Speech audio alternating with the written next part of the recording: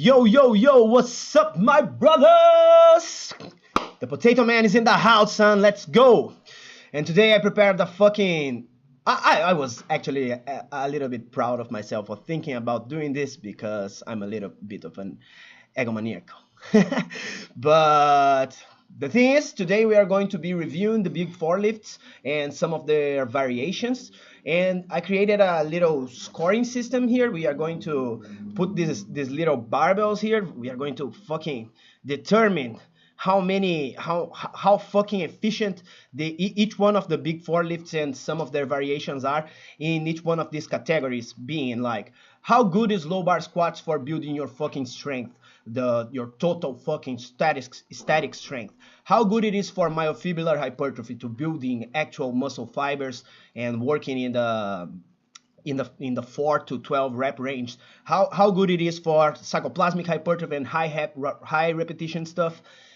It's time efficiency, how you should be thinking about it when programming. If you can just shove fucking low bar squats in your program and in 20 fucking minutes you're done with your workout. And of course the fucking learning curve, because some of these lifts, they are really technical and they can become a real pain in the ass to master over time. So that's what we are going to be doing here today. It's not a perfect system. It's something that I just thought, I just came up like a couple of hours ago. But I thought that it was interesting, an interesting way to explore these fucking lifts and take a little look at how we can be using them. Okay, so starting with fucking low bar squats, I put a fucking beautiful picture of Andrei Malanichev, because when I was starting powerlifting like 10 years ago, I was a really big fan of the Americans, the American powerlifting team, Kirk Kowalski and all those guys. And the powerlifters that I knew here in Brazil, the guys that like Ademir Leivas, that it's a guy that fucking squatted 800, above 800, and all these guys that were really great power lifters here in my town, they were big fans of the fucking Russians. They were big fans of Boris Sheiko and his training principles, and Yuri Belkin and Andrei Malanichev was their god essentially, while I was more of a fan from the Americans, like Dan Green and stuff. But yeah, Malan held the fucking raw world record for powerlifting for a long fucking time, and he deserves with his fucking squat. I think he squatted 490 kilos or 485 kilos, something like that, and it was really insanity back when I was just starting in powerlifting. And so I'm a big fan of that guy, so he deserves that fucking picture on the corner. And let's talk low bar squats. So, how low bar squats rank when it comes to strength? Which fucking score would we give to low bar squats? And you guys, please let me know if the audio is okay, if everything is running smoothly. My PC is having a hard time handling this fucking live stream, so I ask for. I already fuck. I don't know how to say. I apologize. I apologize. I apologize for delays on the images, delays on the audio. Unfortunately, that was what we have to work right now. But eventually, I'll be able to fucking buy some decent equipment and not my old fucking 6-year-old phone. So, low bar squats for strength is one of it's probably the best variation for raw fucking strength of all squats, if you are analyzing from the perspective of maximum amount of weight that you can move. Okay, if you are trying to introduce the biggest fucking stimulus to your central nervous system and teach your body how to move the maximum amount of weight that you can with a fucking squat, low bar squats are probably the best option between all squats, because in the low bar squat, because of the way that the bar is placed in your back, like right up, it's instead of on top of the fucking traps like the normal squat, you will be placing the bar right here, right behind your fucking rear delt. And that position, assuming that position where your body will your starting point will be pretty much in this angle, It allows your body to recruit the heavy hitters, the fucking glutes, the hamstrings, emphasizing using your posterior chain. And the posterior chain, bros, it's fucking gnarly. It's the only area of the human body, the human movement system that works in a kinetic chain, in a really pure kinetic chain from top to bottom. So every time you are emphasizing conjuring the strength from your hamstrings, your calves, your glutes, your fucking spinal erectors, everything combined in a fucking in, to generate the maximum amount of fucking static force. You are going to be you are going to be stimulating strength like crazy. So low bar squats, when it relates to strength and moving the maximum amounts of weight that you can, it is a five, man. It is a fucking five. Oh shit. I have too many things here in my fucking screen. So I already apologized once again if I fail to move everything smoothly. But let's put five beautiful 45-pound plates.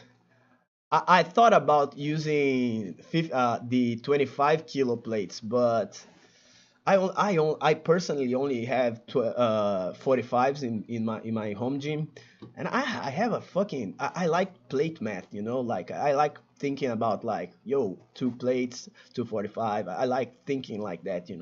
So it's yeah, 45 pound plates. Fuck yeah. So for strength, a full score for low bar squats. It's probably, if your goal is directly focusing on building strength, low bar squats are probably your best option. Now let's see how it ranks when it comes to myofibrillar hypertrophy, which is building fucking muscle fibers, working on the anywhere from 4 reps up to 8 to 10, maybe 12 in some instances, but usually more in the 4 to 8 to 10 rep range. And the thing about a low bar squat for specifically leg development, building the maximum leg development that you can, because you assume that position that emphasizes using your posterior chain to the maximum, taking the quads a little bit out of the equation, not completely out because it's a fucking squat. It is emphasizing leg strength, the power coming from your legs a fuck ton. But because of that position, you are starting to put too much emphasis on your fucking lower back. And depending on the quality of your technique, as the reps start to go, as you, for instance, if you go above 3 reps, what's the biggest challenge of maintaining your technique when you go above 3 reps?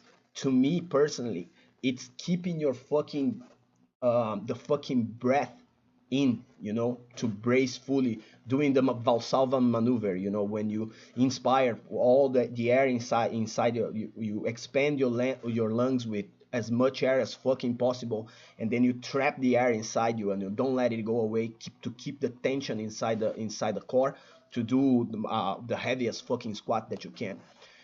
When you start going above 3 reps, above 5 reps, above six, fuck, whatever, keeping that bracing, which is essential because you are in a more the angle you are putting to emphasize the strength of your back, the strength of your glutes and hamstrings.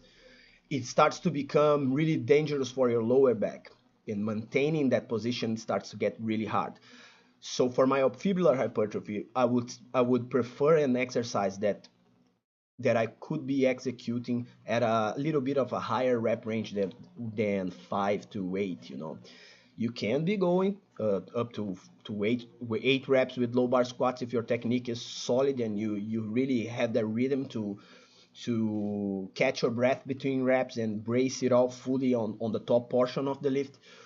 But I saw too many people get wrecked with fucking low bar squats when they start to emphasize using more repetitions than just going like, let's build strength with this shit. If they stay within the 1 to 3 reps, it's usually not a problem. They can just keep adding weight, And but when they start to do low bar squats with a lot of fucking reps, I always see people complaining about lower back issues, complaining about getting injury using this movement. And another consideration, I just thought about something, but I forgot. Let me just think for 1 second. It's not gonna come again. So for myofibrillar hypertrophy, I think it is pretty much suboptimal. So I would say if you really want to bring your legs to the next level, you need to do more than low bar squats. You need to do another variation. If your goal is fucking strength, then you are good with fucking low bar squats. I remembered. I remembered what I was about to say. Um, Low bar. I fucking forgot it again. God damn it. Okay. It's not that low bar squats is not going to build your fucking legs, okay? It is going to build you a lot of fucking legs because it's going to build your strength so much. You can go so heavy over time on low bar squats that eventually it's just so much sheer force going through your legs that there's no way you are not going to build fucking myofibrillar hypertrophy and really create more fucking muscle fibers in your muscles. But the thing is, you need to really go heavy to start to experience great leg development with fucking low bar squats. You need to essentially specialize in powerlifting and become as strong as fucking possible for yourself.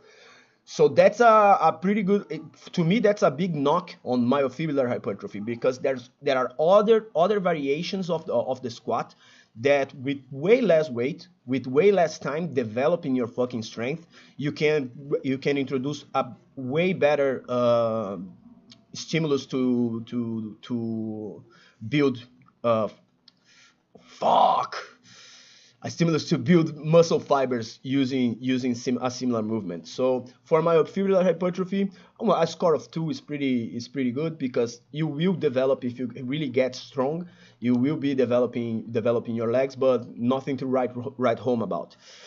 And the next category here is sarcoplasmic hypertrophy, which is pump work essentially.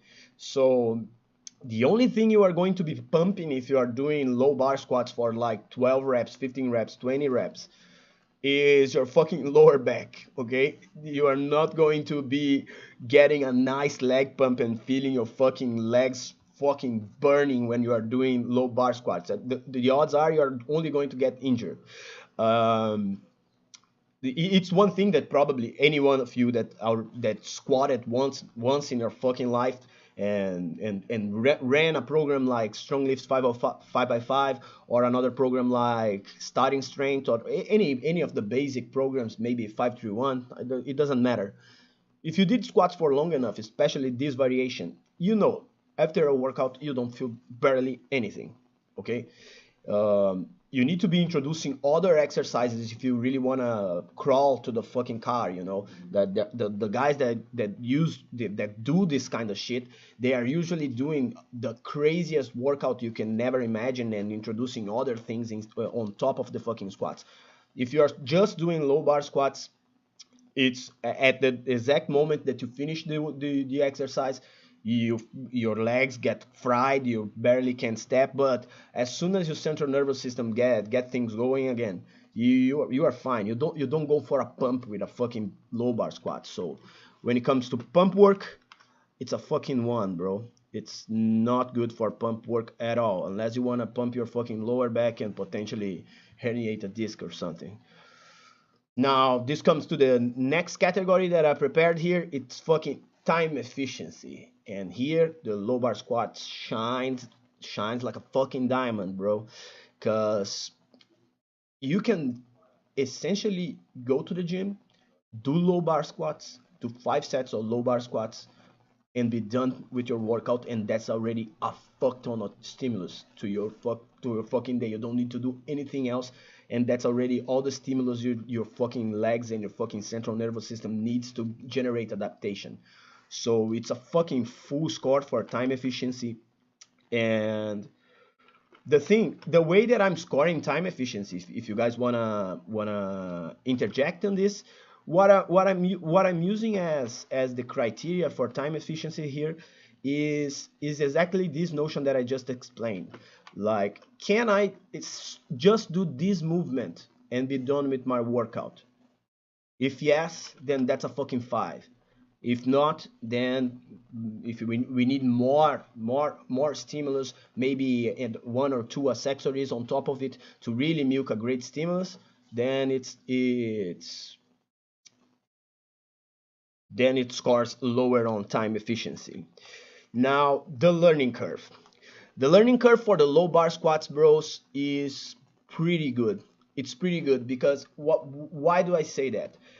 Yeah, you could argue that the fucking learning curve for low bar squats is fucking gigantic because you can be honing your skills in the low bar squat and perfecting your technique for a long fucking time. 10 years, 20 years. You can literally spend a lifetime perfecting your low bar squat.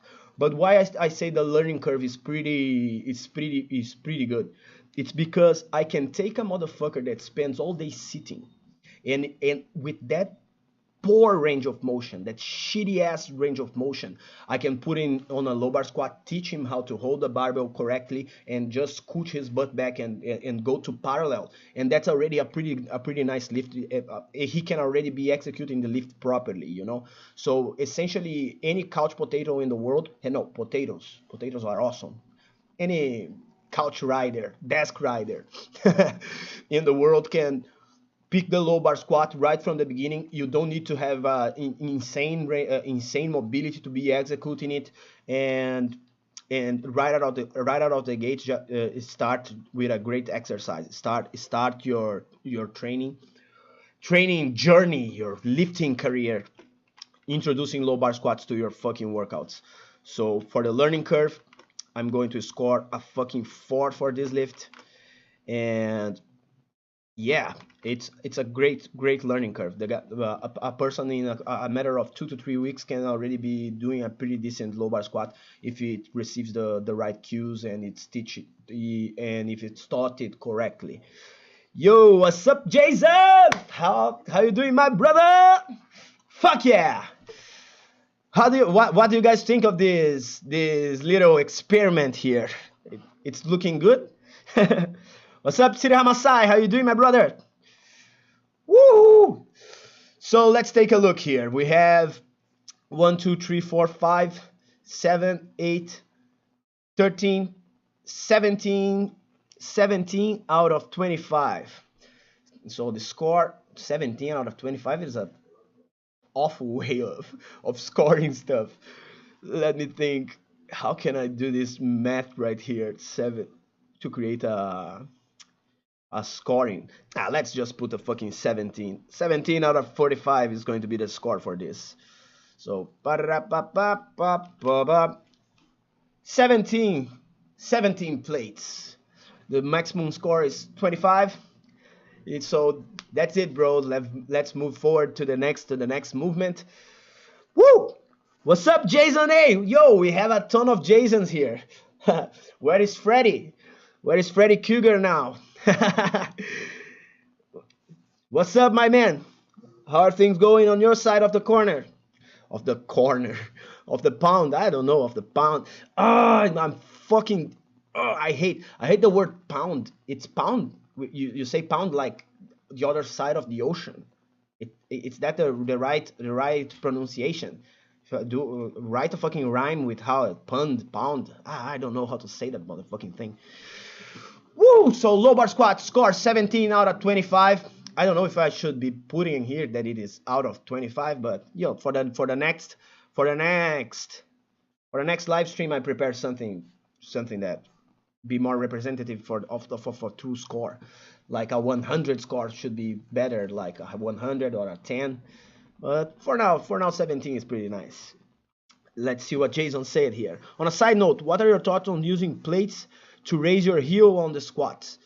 In the high bar squat is pretty interesting because the high bar squat has a big ankle mobility requirement. Another thing that you could be doing is buying a proper weightlifting shoe. They usually have a fucking high heel that allows you to go squat below parallel.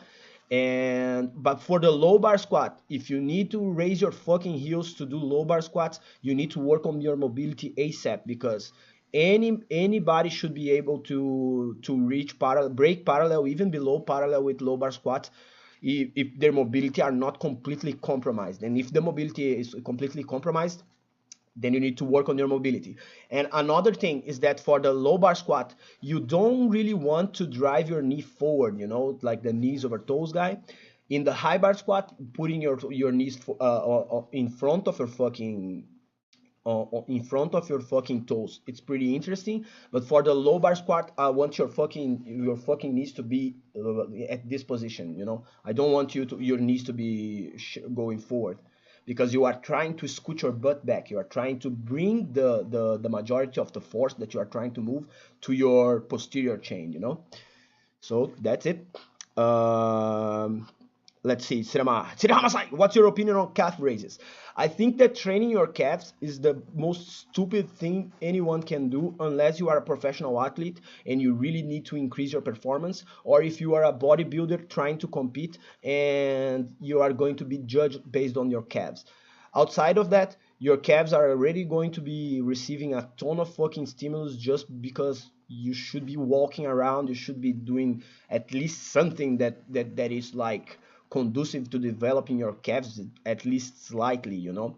The area of your lower leg that I think you should be applying a little bit of concern, and it's primarily for injury prevention, is the other side of the calf. It's the tibialis muscles, and those muscles that are usually not really stimulated. You can That's where that dude, the knees over toes guy, Ben Patrick, take a look at his material, because he has a lot of insights on how to train that, and that will really help you. It will help with athletic performance, but it will also help with a ton of other shit, primarily keeping your fucking knees healthy, so you can do all the other kind of stuff that you want to do, like if you want to play basketball sometimes, if you want to jump around, if you want to sprint, if you want to do fucking squats without having to be concerned of your knees blowing off, then it's interesting to train your fucking tibialis and the front side of your lower leg. Woo! Pounding like a pawn stars. Pawn, pawn, pawn stars. Pawn stars. There's a program, like, I have a fucking story about the fucking program. The you know that program. It's some guys from Las Vegas that they have a pawn shop, you know, and it's Rick from Pawn Stars. And bro, the algorithm on YouTube played me, played me like a fucking puppet. I watched a video about throwing darts. Yeah, I'm retarded. I was watching some guys throwing darts, and one of the guy throwing the darts was really, really, really similar to Rick from Pawn Stars, you know. And I kept watching that, and then I commented like, "Yo, that dude is exactly looks exactly like Rick from Pawn Stars." And then the algorithm suggested me like three more videos on people throwing darts, and I was playing a lot of darts at that time, so I wanted to learn more about darts. And by the fourth video, it suggested something completely different, like a video like homeless guys found $1,000 in his bank account, and I like, why not? And I watched the video about the homeless guy, and listen, at like minute 5 of that shit, and I'm not proud that I was watching that fucking thing. The caseworker that was working with the fucking homeless dude was exactly like fucking Rick from Pound Stars. And guess what this motherfucker did? Went there and said, "Oh, the guy is exactly like Rick from Pound Stars." Fuck, man, the algorithm just played me like a fucking puppet, bro. Let's move forward. Let's talk some fucking lifting. Let's see the fucking message from Jason before we do that. Ow. I know how you feel about carnivore, but in 30 days I lost 27 pounds, 260 pounds with a goal of 220. Yeah, the thing about carnivore and keto and everything for weight loss, and I'm sorry if I'm being like, uh, uh, don't let this fuck up your motivation, okay?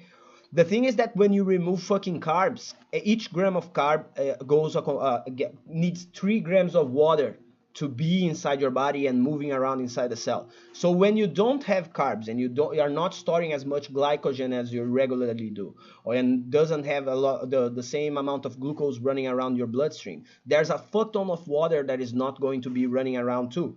So you will lose a fuck ton of each gram of fucking glycogen that you spend, that will require each pound will require about 400 calories to will require you to burn 400 calories of deficit, and it's going to be taking 4 pounds off, you know. So it's really fast to lose weight on keto, on a carnivore diet in the fucking first 15 days, 20 days, 30 days.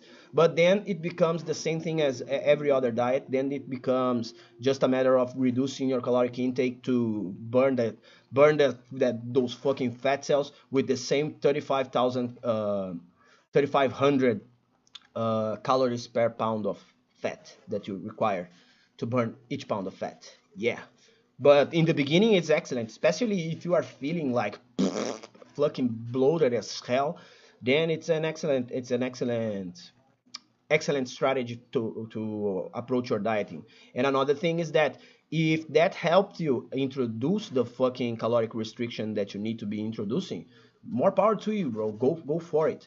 I just the thing that I'm not really bullish on it, but I always say is, hey, it's a strategy. It's not like better than other things, or anything like that. At the end of the day, every diet, if you want to really lose fat, every diet is just a matter of adherence and staying on your diet and making sure that you are introducing that caloric deficit. You don't need to be a fucking maniac about it and trying to like count every single macro, but you need to be, your weight on the scale after weeks and weeks needs to be going down, at least with somewhat of a steady pace.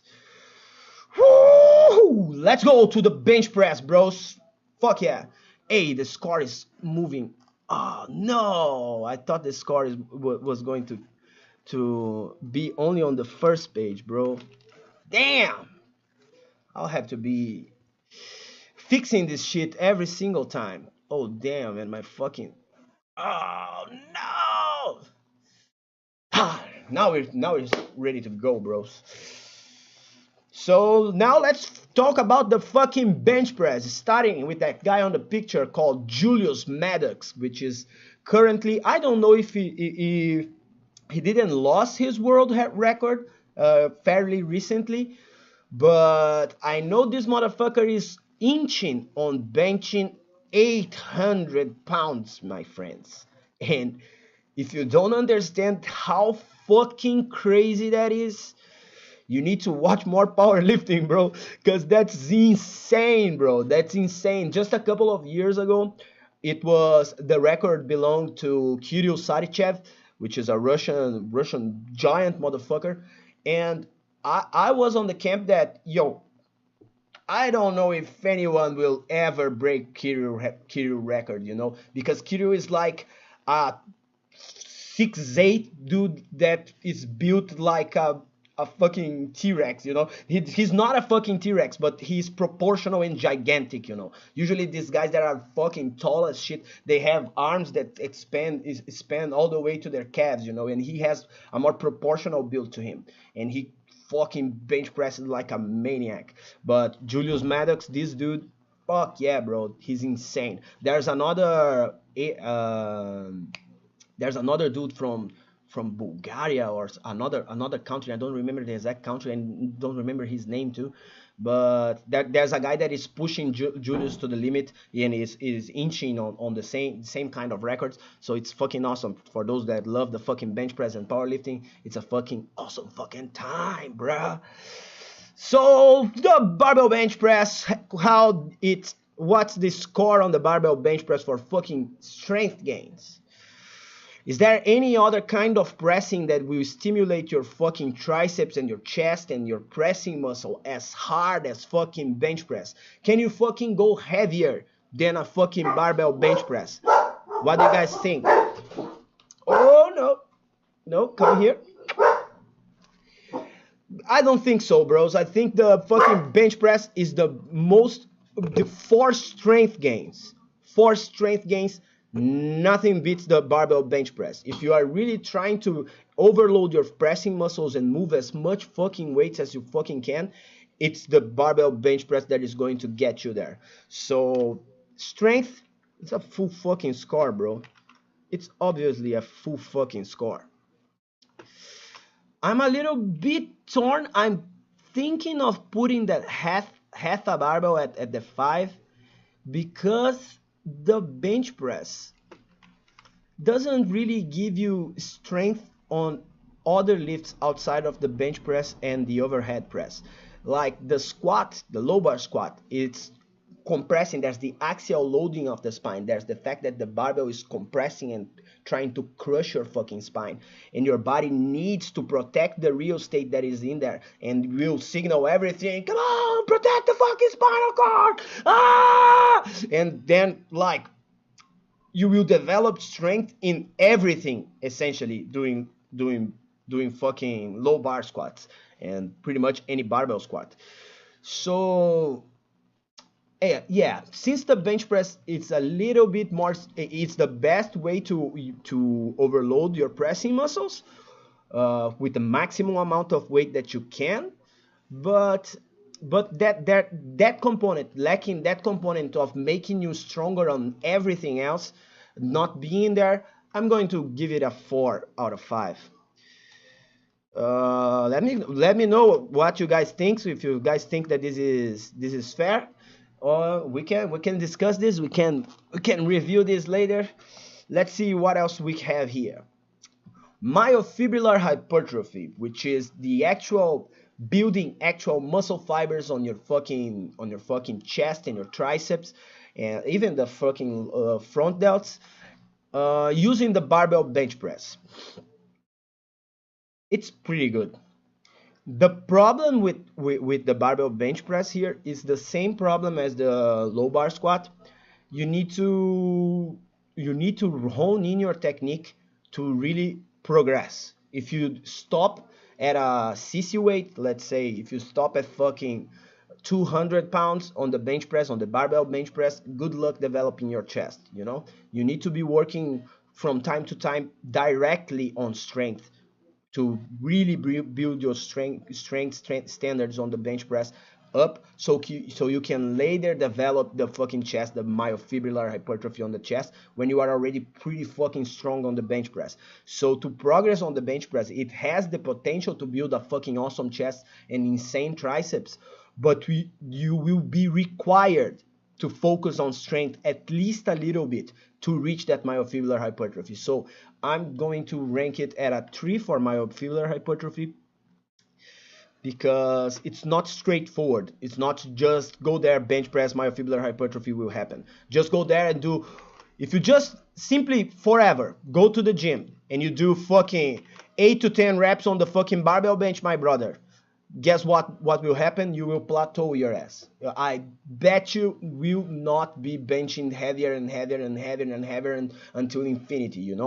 It's going to plateau your strength, and once your strength stop going up, there's only so much volume, there's only so much sets and reps that you can add to the fucking barbell bench for developing your chest. So bench presses, from time to time, shift your fucking focus from trying to build your chest and triceps and focus on building the strength on the bench press itself, because to build a nice chest, a powerful chest, you need to get fucking strong on the barbell bench, and that requires a lot of technique work. Technique is probably the most important portion of developing your fucking bench press, but also programming has a lot to do with that as well. So programming, designing your program in a way that you are going there, you are going to that strength phase, and not worrying too much about feeling your fucking chest or feeling your fucking triceps and trying to look as fucking gigantic as you can, but doing strength work. 1 to 3 reps. And most people don't do that, and that's why most people are always like, I'm benching 225 for 12 and I don't know why I can't bench more than 225. It's because you don't train for strength, and bench press requires strength and technique. That's it. Myofibrillar hypertrophy is a good move if you manage to fucking develop your strength on the bench press, and if you try to only focus on developing muscle and getting bigger only exclusively with a barbell bench, you are going to get stuck, my brother. Let's move forward.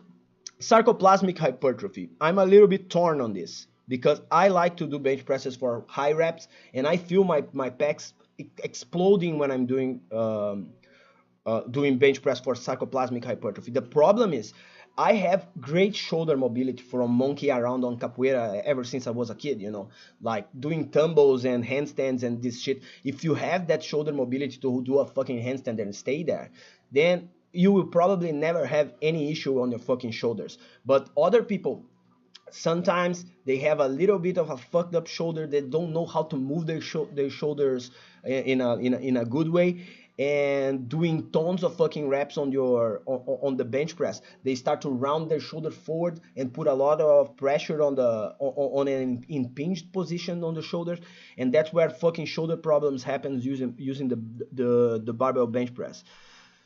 So although I think if you have crazy good is an exaggeration. If you have good shoulder mobility, it's good to go for a lot of fucking reps on the bench press. But when you don't have it, it might be really risky. So I'm torn. I don't know. I think a three is a fair statement. What do you guys think? Let me know. Let me fucking know on the chat what you guys think of the rating that I'm giving the fucking barbell bench press here. Yeah. Let's see what Jason has said in the fucking chat for a second. I lost the water weight long ago. The carnivore diet is allowing me to lose 1 pound a day. Oh, 1 pound a day is fucking awesome, bro. Holy shit. That's a fuck ton of fat loss, bro. Congratulations, bro. Leg day, what's that, Julius? Hell yeah, bro. No, the Maddox. Julius Maddox is fucking insane, man. I need to go feed the Iron Monastery with dead cows. I love what you are doing on these course. Have an awesome evening. Let's go, Jason. I'm going to clip everything on this score system, and I'm going to post them as clips for people to be able to look at them in a more compressed time frame, instead of just sitting here with me for 800 hours and and scoring each exercise. So let's move forward with the bench press. It's time efficiency. Can you go to the gym and just do barbell bench presses and that be done with it? That's a full workout, like with the low bar squats that I mentioned earlier.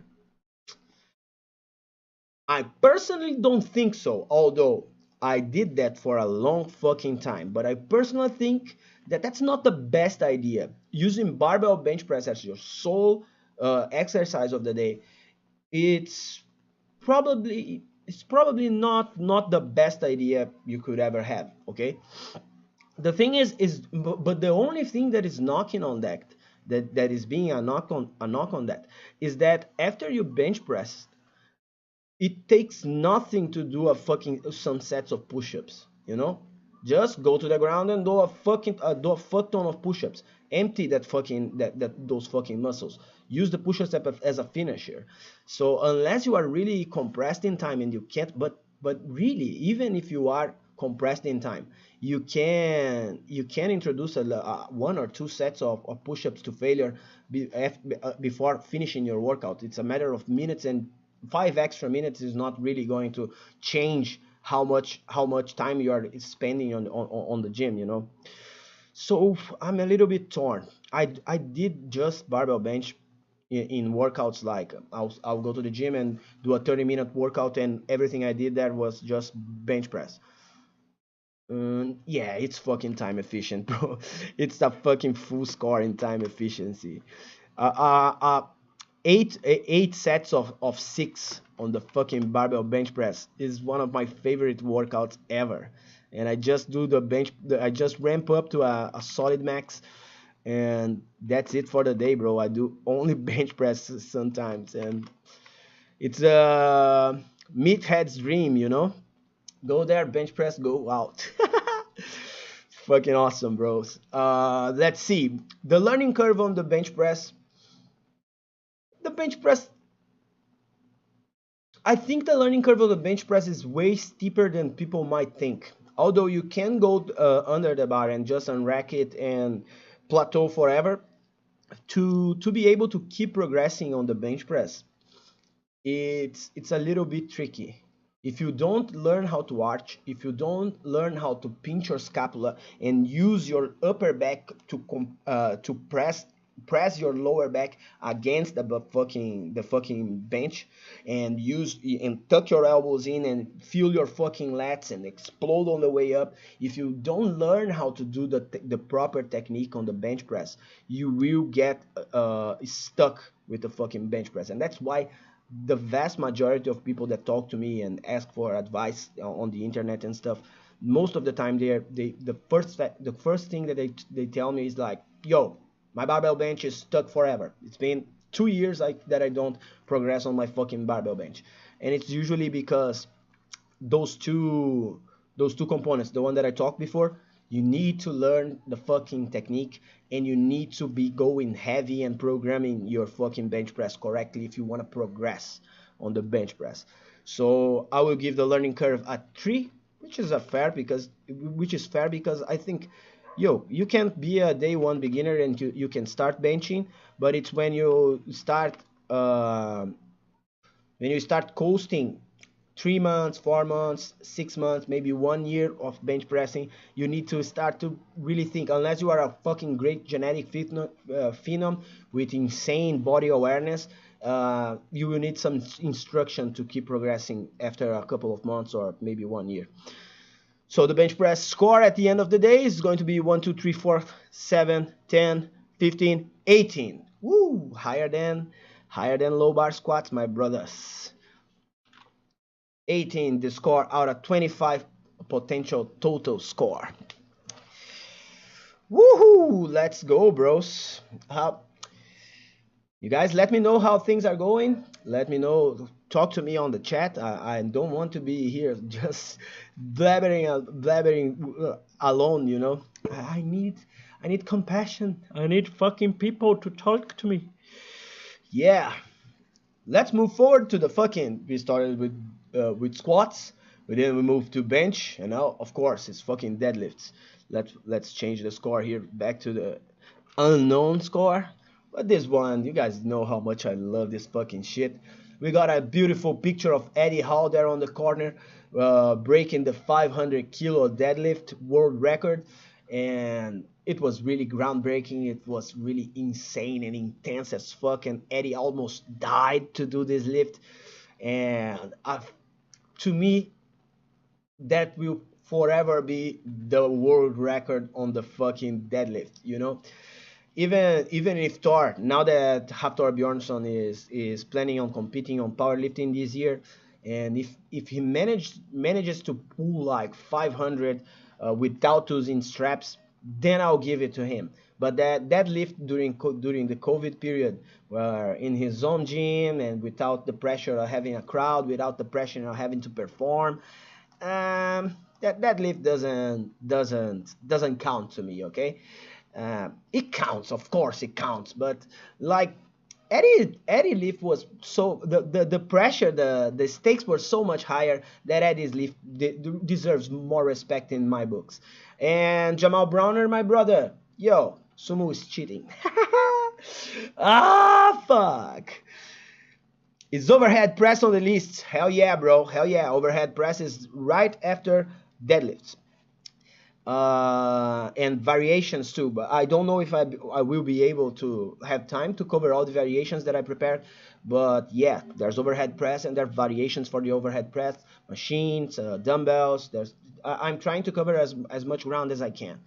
I only need to see if I will have the stamina to do it, you know. So the fucking deadlift for strength.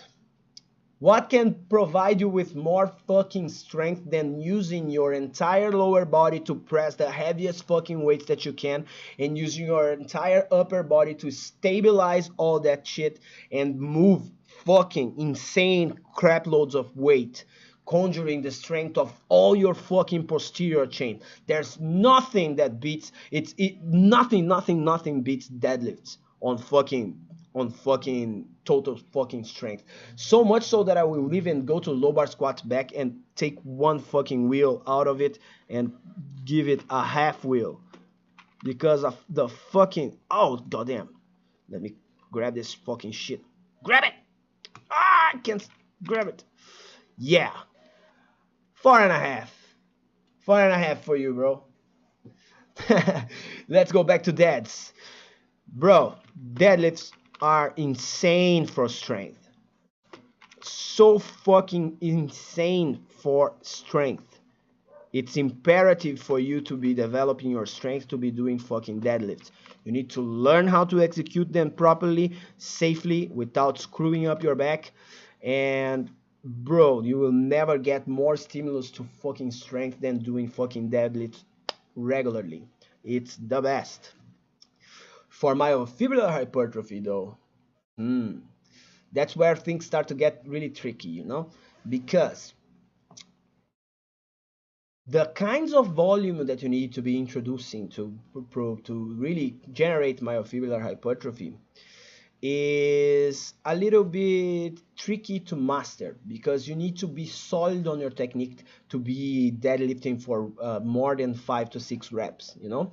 But the thing is, in the 4 to 6 reps, you are already introducing insane amounts of fucking hypertrophy using deadlifts. Myofibrillar hypertrophy, actual contractile fibers being developed in your muscles through myofibrillar fucking hypertrophy. So the deadlifts for myofibrillar hypertrophy to really get that back thick as fuck, it's insane. It's fucking 5 out of 5. It's the best fucking back builder in my, nah, fuck, the best, maybe not the fucking best. I'm so in love with fucking deadlifts that I would just say, yo, this is my scoring system. If you don't agree, go do your own fucking scoring system and don't put 5 on fucking myofibrillar hypertrophy for deadlifts, because you are going to build a giant fucking butt, a giant fucking hamstrings if you are doing the proper technique and loading up on the hamstrings and glutes before starting pulling. To do that, you need to always make sure that your shoulder line is behind the barbell, okay? You cannot be like over the fucking barbell.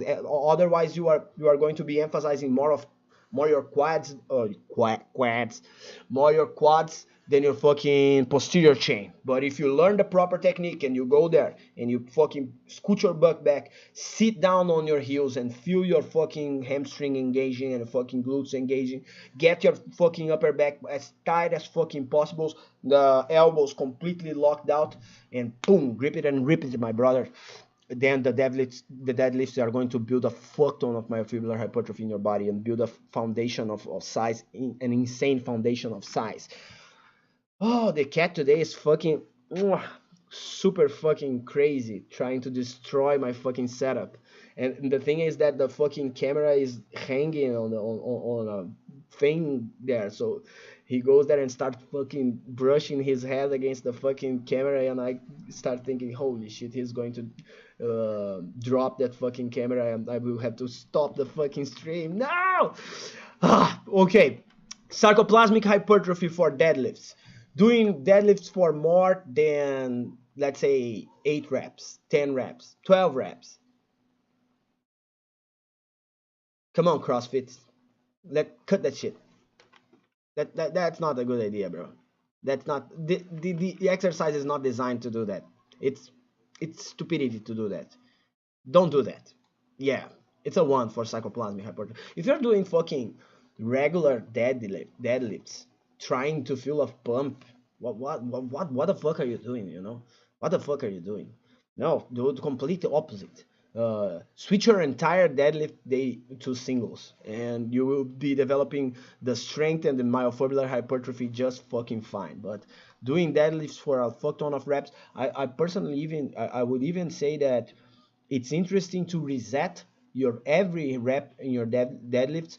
Like do 8 reps consecutive 8 reps, but reset everything each set to review your fucking cues, to review your fucking stability, review your pressure inside your core, to really be moving the maximum amount of weights that you can on the deadlifts. Time efficiency again, fuck yeah, bro. Fucking deadlifts, it's incredibly time efficient. You can go on the fucking gym and do and just do deadlifts, and that's a fucking gnarly workout. The way that you know if you did enough deadlifts that day, if your deadlift day was really efficient in trashing your fucking back and your the rest of your central nervous system and all the thing, those awesome things that you want the deadlift to be doing to you. After you finish your dads, go try to do a pull-up. If you manage to do the fucking pull-up, then you fail to do a heavy enough deadlift. Okay. Now the learning curve. People are, I don't get it. Okay, I don't get it. Why people are so afraid of deadlifts? Most of the people that I see getting hurt on deadlifts are usually because they are so afraid and they are so overthinking the fucking deadlift that they get hurt. Instead of just be a little bit natural, just scoot your butt a little bit back, grab the barbell, and think about moving your hips forward. You don't need to overthink it like, no, my fucking lower back is going to explode. It's not that easy to destroy your lower back. You usually get so concerned about it that something tweaks. I've saw dudes. There's one dude that came. We used to do something that we call power party here in my house, and anyone that wanted to come, like, simply come on Saturday and work out with us, you know. And there was one dude that came here. He was like, he started reading on Reddit about fucking powerlifting and stuff, and he wanted to try it out. He wanted to learn more about it, and he came to our fucking power party. And when he was going to learn the deadlift, people got him so scared of deadlifting, like the advices online and stuff, that he tried to pull like 50 kilos or 40 kilos, which for a fully grown ass man is nothing, you know. Like my wife deadlifts more than that, and she's a tiny human being, a five foot tall human being, a woman that weighs 89 or 90 pounds, okay. And a fully grown man, a big dude, was like, "Oh no, I fucked up my lower back." And I asked him like, "Bro, did you have? Did you? I asked him before he came do everything to do anything, you know. Do you have any back problems? Did you have any sciatica pains, anything?" And he, no, no, no, I'm good. I'm fucking, I play soccer every morning, every week. And I said, okay, if this dude is running around, running around, kicking footballs and sprinting and shit, he's not going to have a problem fucking squatting or deadlifting, you know. But he was so inside of his head about, I'm going to get hurt, I'm going to get hurt because deadlifts are fucking back destroyers, and that he felt a tweak with 50 kilos. And then we finished, wrapped it all up. If he's feeling it, we are not going to push it, okay. But then I talked to him like, yo, bro, I think that you felt that because you are too concerned about getting hurt on the deadlift, and with your size, and like you are an athletic guy, you were supposed to be moving way more weight. And in that same exact day, another tiny skinny dude that was deadlifting with us, like, pulled 110 kilos. And then I think that kind of beat his ego, because we said, yo, if you're hurt, no, don't pull again, because you if there is something there, you might get hurt even worse. So we didn't allow him to pull again. And and then the next week he came back and he was pulling like 120 kilos, like no problem, just because he got out of his fucking head. So the learning curve for the goddamn deadlifts, I would say that it is a 3. It is a 3 because you need to learn the basics, at least the fucking bracing part. You need to learn how to position yourself. If you are someone going completely alone and just watching videos online, you will probably get confused about what the fuck you really need to do and overthink picking something up from the ground, which is ridiculous if you think about it. It's just pick something up from the ground, pick something heavy up from the ground. Use your hips, use your glutes, use your legs. Okay, stabilize your spine, keep your back tight. It's that simple. But sometimes people overthink it, and it can be a little bit challenging to learn this extremely basic and simple lift. Of course, becoming a fucking ultra specialized deadlifter, then the learning curve is infinite. You know, you can be honing your skills on the deadlift for the rest of your fucking life. Although I noticed that the deadlift is one of the lifts that people work on technique and placement and foot position the least. You know, they work more on like attacking the fucking barbell. The guys that are great fucking ultra heavy deadlifters, they just grip it and rip it and like and they instinctively know how to fucking brace and get tight as fuck, and then they just focus on being explosive and getting out of that initial portion of the lift where you are going from your shins to your knees, you know. Once it go past your knees, it's a hip hinge. You just need to conjure the strength of your fucking glutes, and you are going to finish the lift. But yeah, that's it. Learning curve 3. So total score for fucking deadlifts are of 19. So far, the highest score on the board is a fucking 19 for deadlifts. Row. Oh, is there anyone watching this? Please let me know, because I get a little bit anxious talking by myself, you know. So please just send a message in the chat if you have any fucking questions that you want me to explore. This isn't exclusively about doing the fucking scores, the score of each lift here.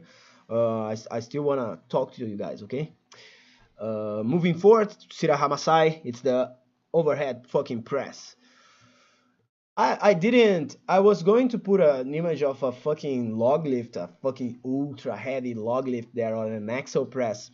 But when I was coming up, when I was like learning about lifting and stuff, this guy on the picture, Dmitry Klokov, he was like the poster boy of weightlifting and the poster boy of doing overhead presses, heavy overhead presses, you know. And I fucking admire this dude a lot. He was fucking awesome. His online presence was cool, you know.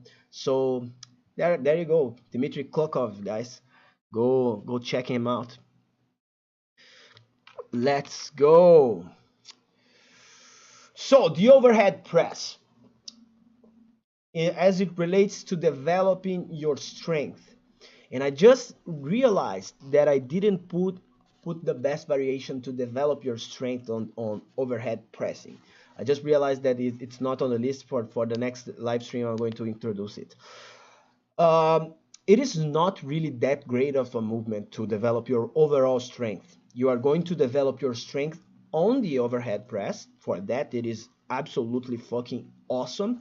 But it's targeting primarily your front delts and side delts, and it targets the side delts a lot. So it's not, if you really want to develop your shoulders, get your shoulders more round and shit, you need to, overhead presses is a great strategy to be introducing, a great lift to be introduced into your program. And but overall, if you just overhead press, will you eventually become a better bencher, become a better like any other lift? No, you will improve on the overhead press, so much so that if you stop overhead pressing for too long, your strength on the overhead press starts declining. So it has a lot of maintenance to maintain the strength, because I don't know why, you know, intuitively makes no sense to me. Maybe it's because of the sheer amount of weight that is being used, but I usually think of lifts that are where you are in a vertical position. The bar is in a vertical position, compared the bar path is in a vertical position compared to your spine, I usually think of those lifts as lifts that are going to be extremely stimulating for overall strength. But my experience with the overhead press is that I develop awesome shoulders. I get stronger on the overhead press the more I do the overhead press, but it doesn't really contribute to the rest of my fucking strength outside of like triceps. Every tricep exercise start to become a little bit silly when you are doing tons of overhead press in your program. So for strength, I will put a fucking three.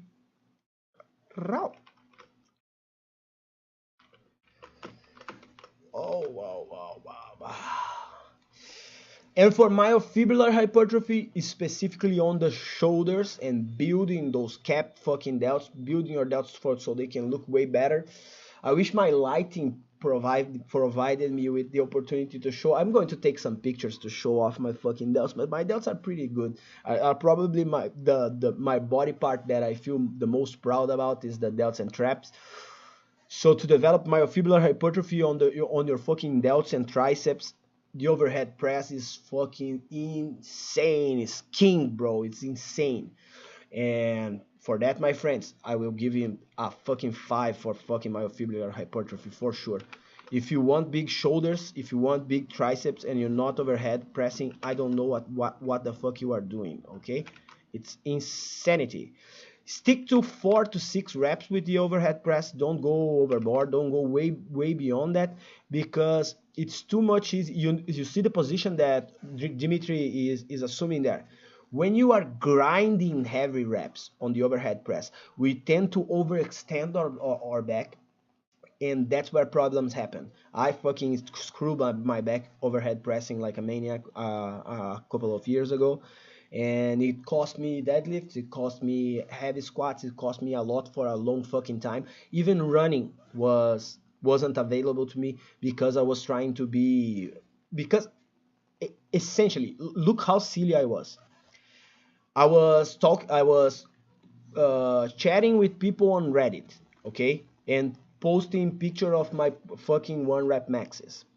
And I had a pretty decent one rep max for the overhead press at that time. I was like 82 kilos and I was overhead pressing 95 kilos, which is pretty impressive. And people start like fucking complimenting me on my overhead press, and I always knew that my overhead my shoulder press is my best lift. I have, like I said before, I grew up monkeying around and doing handstands and shit, and my shoulder mobility allows me to express a lot of strength confidently on the overhead press, but my lower back got blow out because I was trying to reach a 225 overhead press, and I just exaggerated and fucked up trying to grind that 225 rep. It came up to here, and then I tried to transform the lift into a bench press by leaning back, and then I just felt like a tiny balloon of air was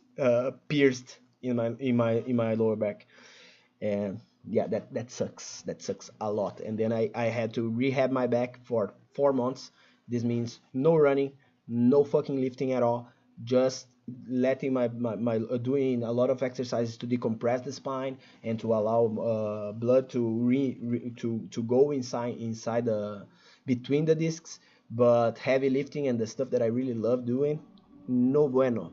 So be careful with overhead presses and go for 4 to 6 reps tops. Don't be grinding tons of reps on overhead presses. Moving forward, sarcoplasmic hypertrophy. Well, we just touched on that. Don't go grinding a ton of fucking reps on overhead presses. There are other options that are way better, especially if you have access to a gym.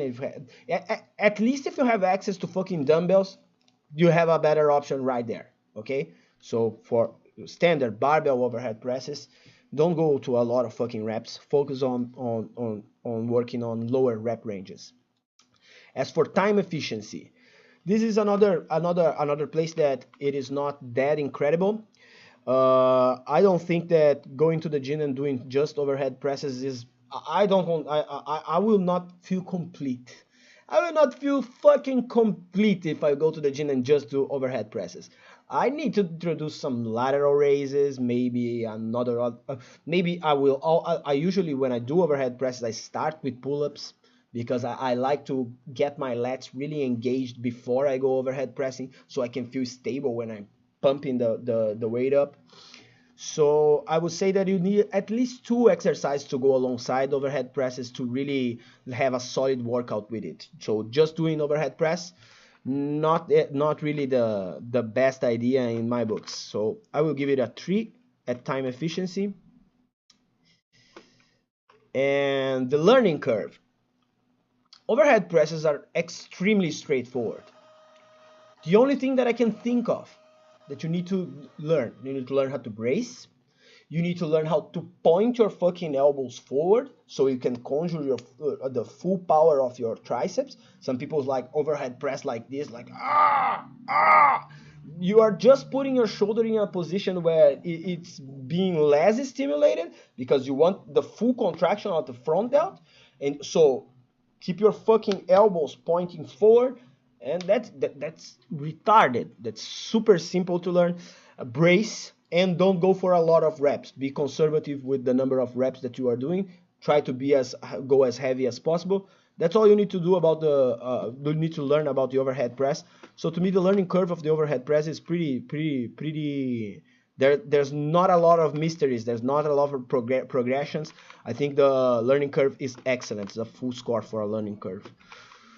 What do you guys think about that? Think that's fair for the overhead press? I never saw a great instructional video that blow my mind about the overhead press outside of like squeeze your glutes, point your elbows forward, brace, press. What else? I don't have that information. It's not like the bench press, the squat that I'm always tweaking something like, oh, if you position your fucking hand like this and if you squeeze and if you think about ponies, then it's going to change everything. Yeah, look at that look at that direction, look at this direction. There isn't a lot of nuances to the overhead press. It's just go, you know. How many, let's see the question from Bob on the chat. How many reps in reserve for overhead presses? You can be really conservative, like it's probably one of the lifts that you can be the most conservative. So I would say 4 to 5 reps in reserve. It's pretty good. But the best gains are going to come using 4 to 6 reps and probably 1 to 2 reps. But you will start to be treading that fine line where your repetitions are going to start to become grindy, and that's something that's the only thing you need to be avoiding. Look at the position Klokov is there. That's the reason that there's a lot of videos named "You Are Not Klokov," you know, because the way he does stuff, it's not for us. It's not for us regular human beings, you know. Assuming that position, the moment you feel that you are slightly arching your back and trying to turn the overhead press into a bench press or an inclined bench press, that's the point you need to stop. Think to yourself, okay, I'm trying to grind and like extend. That's the point. That's the cue you need to give yourself. Okay, that's time to stop my overhead press today.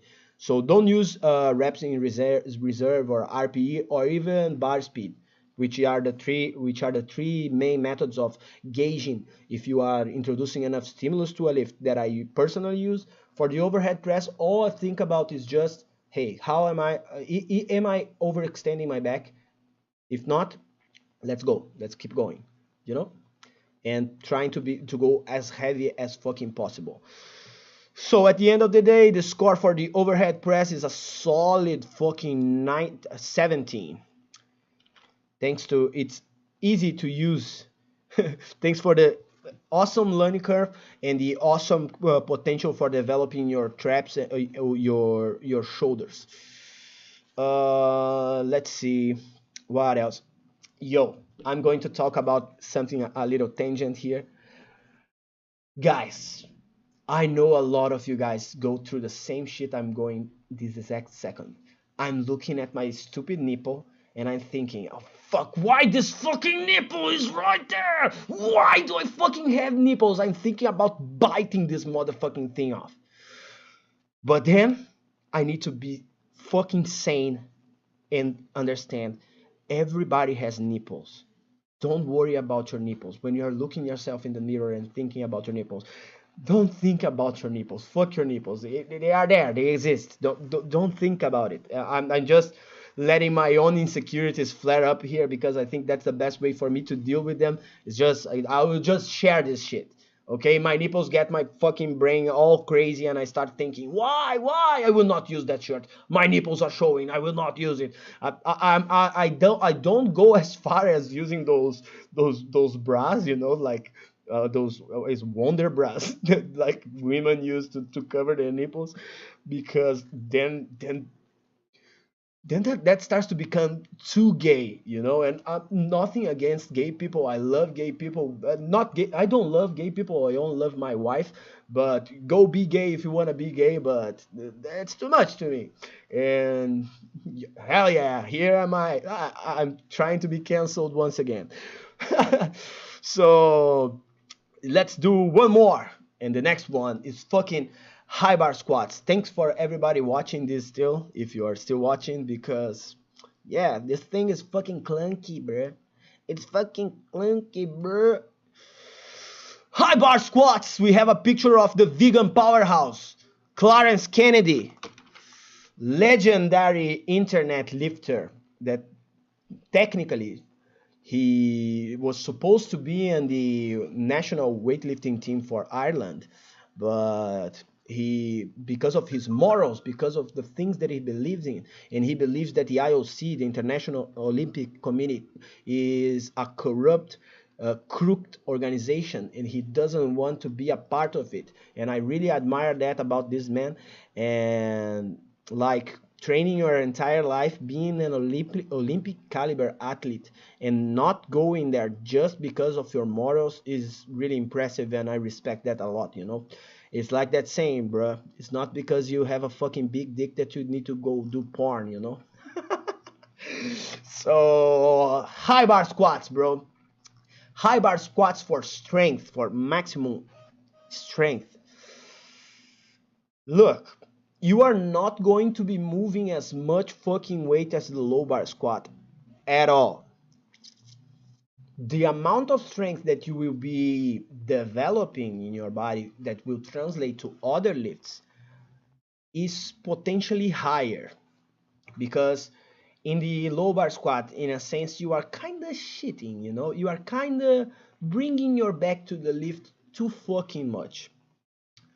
But even so, since in the low bar squat you are bringing your back more to the lift, you are essentially sometimes good morning the second portion of the lift, then the high bar squat for sheer strength, assuming we are not exclusively talking about lower body strength, because for lower body strength, high bar squats are better than low bar squats. We would score higher on strength, but the overall strength that is going to develop in the entire body is a little bit less. So I will give it a fucking 4 out of 5.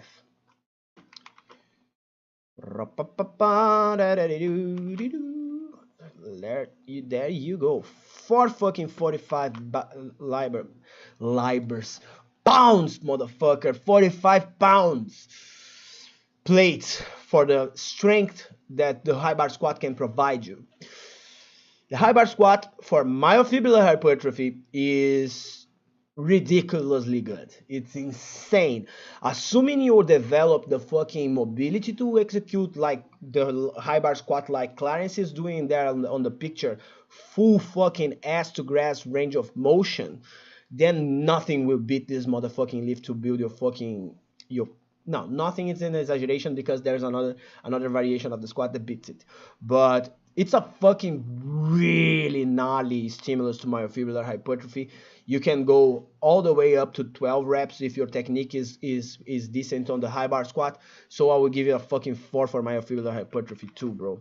It's really, really good. The thing about the high bar squat is that the way the bar is placed on your back, since it's a little bit more in front of your center of gravity, it brings the quads to the party way better than the low bar squat. While in the low bar squat, you are scooching your butt back and you are trying to throw all the fucking force that is trying to smush you to the ground, to the backside of your body, to put as much emphasis on the posterior chain as possible. While here, it's a more balanced approach. It's going to develop the quads, and the quads are gnarly, bro, because the quads are the main muscles on the human body that generate explosive force. So the high bar squat has a translate to athletics like crazy. Athletic movements like the fucking snatch and clean and jerk. That's pretty much obvious because every fucking Olympic lifter does that.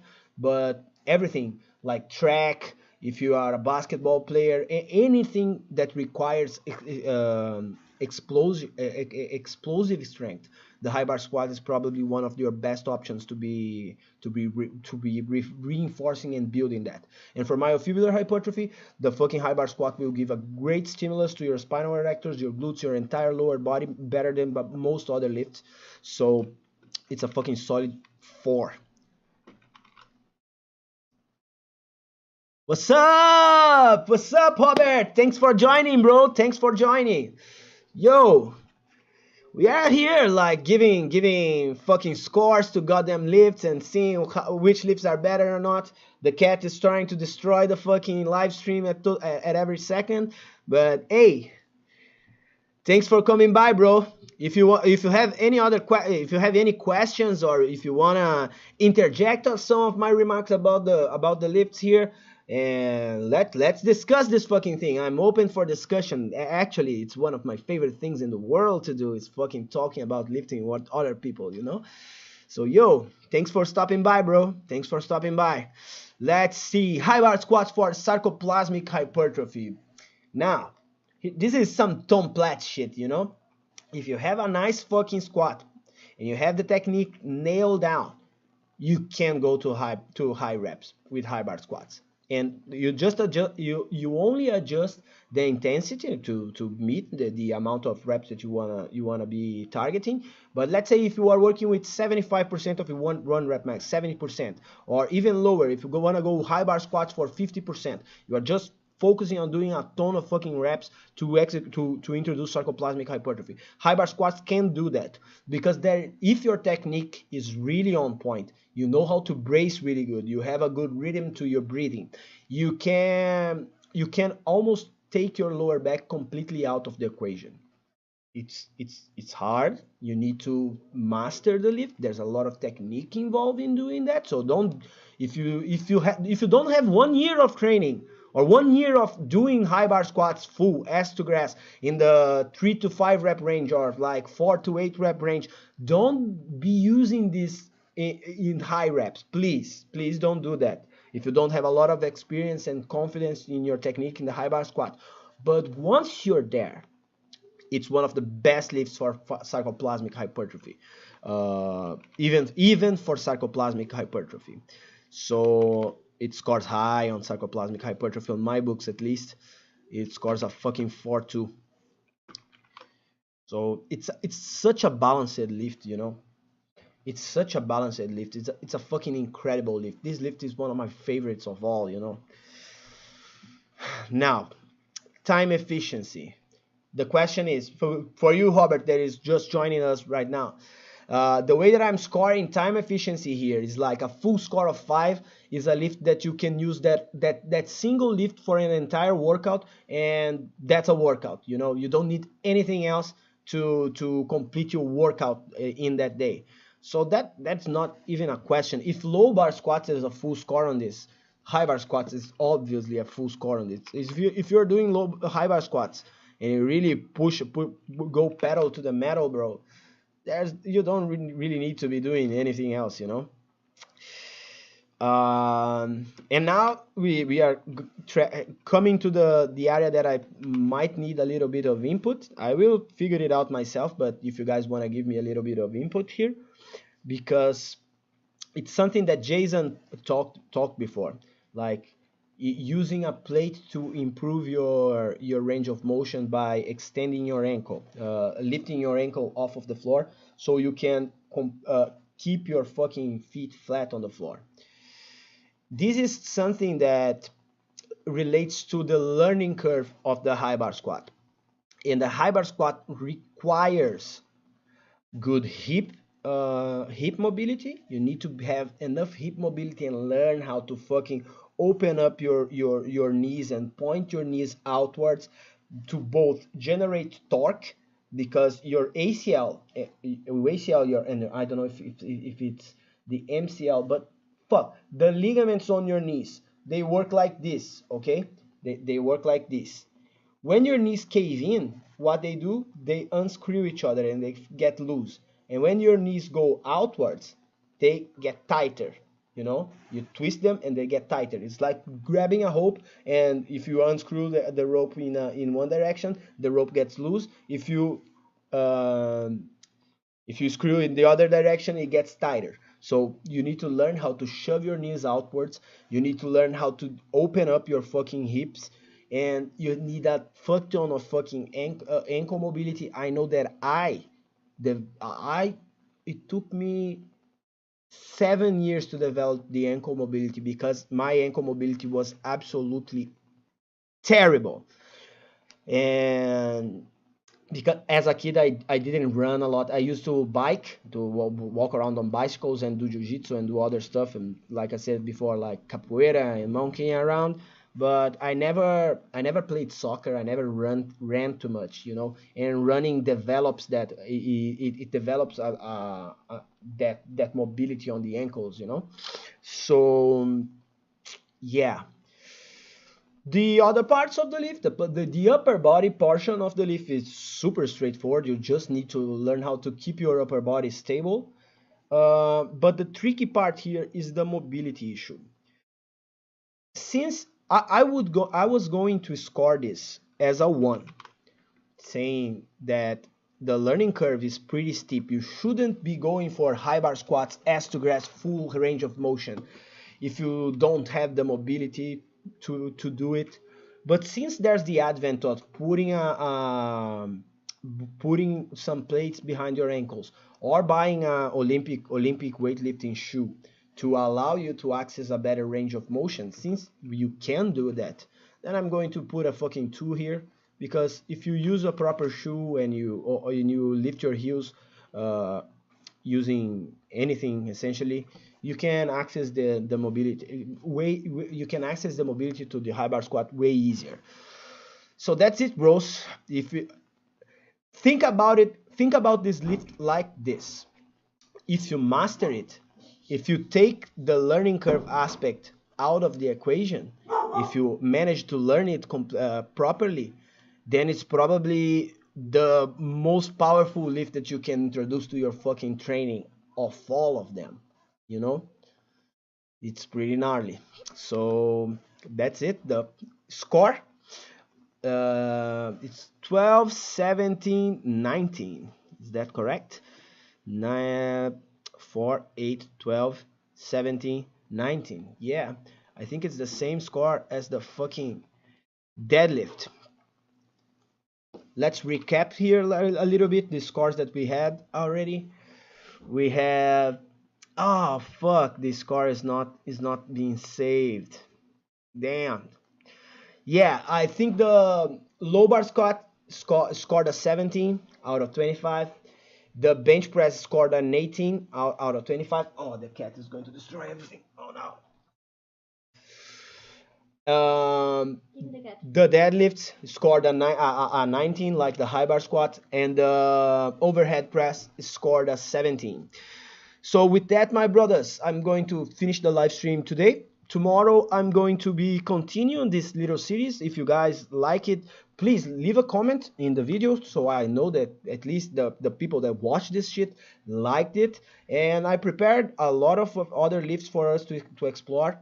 We got incline bench, RDLs, military press, hack squats, machine chest press, trap bar deadlifts, machine shoulder press, goblet squats, dumbbell bench, dumbbells, stiff-legged deadlifts, and dumbbell shoulder presses. And we are going to be doing this exact format tomorrow, and let's see how things go. Thank you for watching this, and I see you tomorrow. Stay on the iron path, my brothers. Peace.